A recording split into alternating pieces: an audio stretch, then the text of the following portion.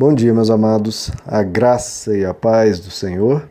Eu sou o pastor Rômulo Pereira, da Igreja Batista Palavra da Graça, e hoje nós vamos estudar o Evangelho segundo João, capítulo 18, versos 13 e 14, que dizem: E o levaram primeiramente a Anás, que era sogro de Caifás, o sumo sacerdote naquele ano. Caifás era quem tinha dito aos judeus que seria bom que um homem morresse pelo povo. Bom, queridos, aqui o apóstolo João está nos apontando, nos relembrando que, na verdade, o julgamento pelo qual Jesus passaria era um julgamento de fachada, era um julgamento de cartas marcadas, porque o próprio Caifás já havia dito, já havia tentado aí, já e colocando isso na mente da população, ou seja, que era bom que um homem morresse pelo povo. Então, já havia sido dito qual seria o resultado do julgamento antes mesmo do julgamento acontecer. Então veja que era tudo um teatro, quando não havia uma busca pela justiça. Era simplesmente um protocolo para se efetivar o mais rápido possível a decisão que eles já haviam tomado, motivada por ódio, por inveja e tudo mais. Então veja que o julgamento, ainda mais por uma corte religiosa, veja que não estamos falando meramente de um julgamento secular, um juiz ali com as testemunhas. Não, era um julgamento pelas entidades máximas da religião judaica, representado aqui por Anás e Caifás. Veja que Caifás era o sumo sacerdote. O que é o sumo sacerdote? É o líder máximo da religião, como se fosse o Papa para a Igreja Católica ou o pastor presidente numa igreja evangélica. Então era a autoridade máxima, e espera-se desses supostos homens de Deus que fizessem um julgamento justo. Mas nós vemos aqui que Deus foi julgado pela religião e de forma injusta. Isso tem que falar alguma coisa a nós, não é possível. A religião e os seus líderes máximos, veja que não foi uma sinagoga numa cidade pequena que condenou Jesus, então a gente... eram pessoas ignorantes, eram pessoas que não tinham o mesmo preparo da liderança máxima de Jerusalém, pessoas escoladas, pessoas estudadas. Não, esses de uma sinagoga, numa região distante, eles cometeram um erro. Mas veja que não é isso, queridos. O sumo sacerdote e os sacerdotes principais que compunham o Sinédrio era a Suprema Corte, é o STF da religião judaica. Supostamente os homens mais santos, mais preparados, que tinham as escrituras de cor. Todos eles sabiam a escritura de cor. E ao colocarem em julgamento o próprio Deus, o que fazem? O condenam à morte, e de uma forma injusta. Isso aqui que o apóstolo João diz, que o Caifás já havia dito que seria bom que um homem morresse, isso faz a referência a alguns capítulos anteriores, em João capítulo 11, que é o capítulo muito famoso em que Jesus ressuscita Lázaro dentre os mortos. E olha o que acontece. Logo após a ressurreição diz que muitos, pois, dentre os judeus que tinham vindo visitar Maria e que tinham visto o que Jesus fizera, ou seja, a ressurreição de Lázaro, creram nele. Então, olha, uma multidão de pessoas creram em Jesus por causa desse milagre estrondoso. E aí diz que, mas alguns deles foram ter com os fariseus e deduraram o que Jesus tinha feito. Então, olha só, os principais sacerdotes, os cabeças, os líderes, e os fariseus reuniram o Sinédrio. Então veja só, como esse julgamento que vai acontecer aqui, a partir do capítulo 18, é uma fachada, porque lá no capítulo 11 eles já haviam se reunido e conversaram entre eles ali nos bastidores, sem ninguém poder saber. Não, vamos aqui falar entre nós, vamos decidir aqui o que a gente vai fazer. E disseram: o que faremos? Porquanto esse homem vem operando muitos sinais. Se o deixarmos assim, todos crerão nele, e virão os romanos e nos tirarão tanto o nosso lugar como a nossa nação. Então veja, havia inveja em relação a Jesus e havia uma preocupação política, porque os romanos poderiam encarar Jesus como um líder político, como um revolucionário, e poderiam realizar alguma ação militar ali. Porque os judeus achavam que Jesus era como eles, né?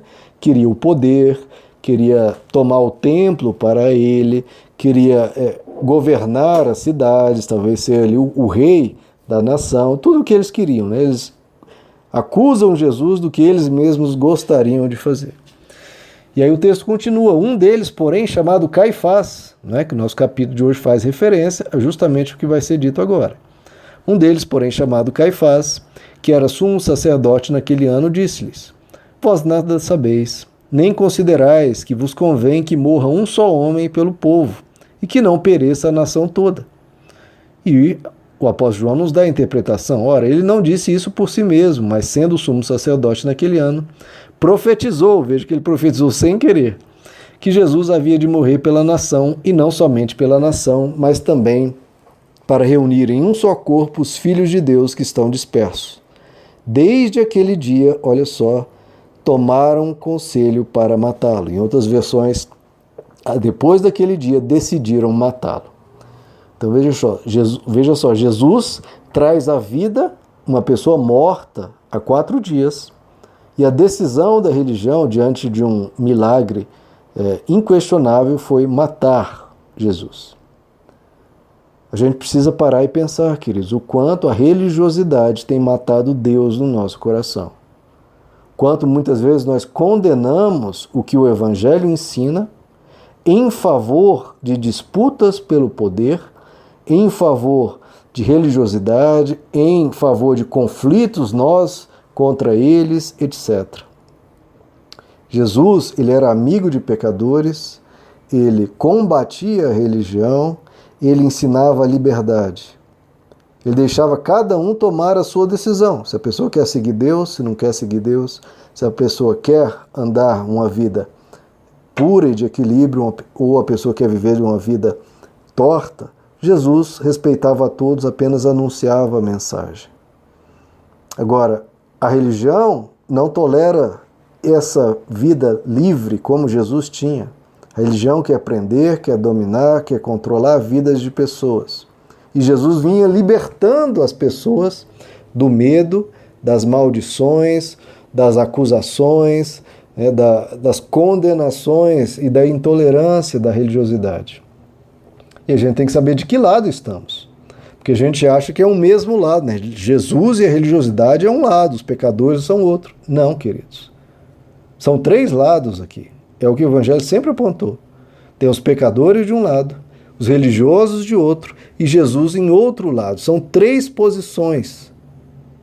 Todas elas, uma totalmente separada da outra.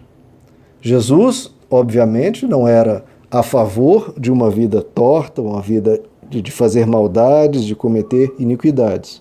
Mas Jesus também não era a favor de uma vida que fazia a pessoa se privar do viver, que fazia a pessoa ter medo de Deus, medo de que Deus vai castigar, etc., e vivendo uma vida confinada, isolada e, detalhe, oprimindo as pessoas do grupo dos pecadores. Não, Jesus era uma pessoa que transitava nos 2 grupos, pregando o mesmo evangelho, querendo libertar a ambos. Tanto libertar o pecador da escravidão do pecado, quanto libertar o religioso da escravidão da religiosidade, que fazia a pessoa ter um coração duro, um coração que não se quebrantava e principalmente um coração soberbo, como Jesus mostra lá na oração do fariseu e do publicano, em que o fariseu, um homem super santo, dizia: ó Deus, graças te dou porque não sou como esse pecador publicano. Eu jejuo, eu dou ofertas, eu faço as minhas orações, etc. Eu sou o top do top, eu sou um super santo. Enquanto o publicano, o pecador, batia a mão no peito, não ousava olhar para cima e só falava: ó Deus, tem misericórdia de mim, porque eu sou fraco, eu sou pecador. E Jesus diz que quem saiu justificado foi esse pecador quebrantado, enquanto o outro religioso saiu somente com a sua justiça própria, sem se entregar de coração a Deus.